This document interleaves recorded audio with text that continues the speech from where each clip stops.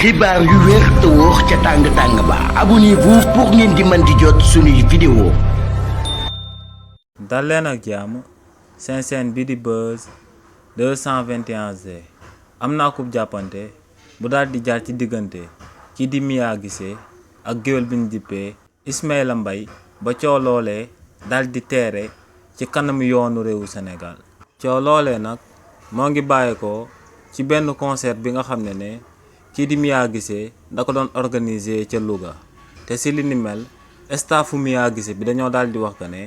géwél bii di Ismaïla Mbaye dafa daal di jël ay billets yi nga xam ne dañ ko joxoon ngir mu daal di koy jaay mu daal di sàcc billets yooyee daal di jël xaalis bi daal di koy lekk. li ni mel nag moom moo sababoon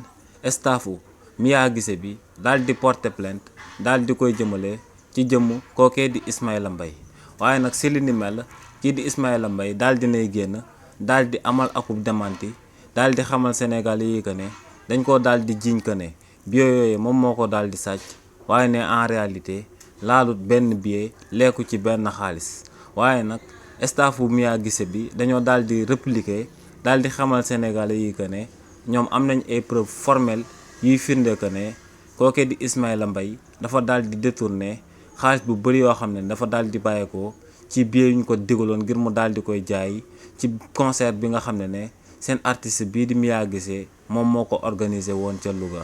lu leer ba am daal moom mooy que ne coow loolee moo ngi ci kanamu yoonu réewu Sénégal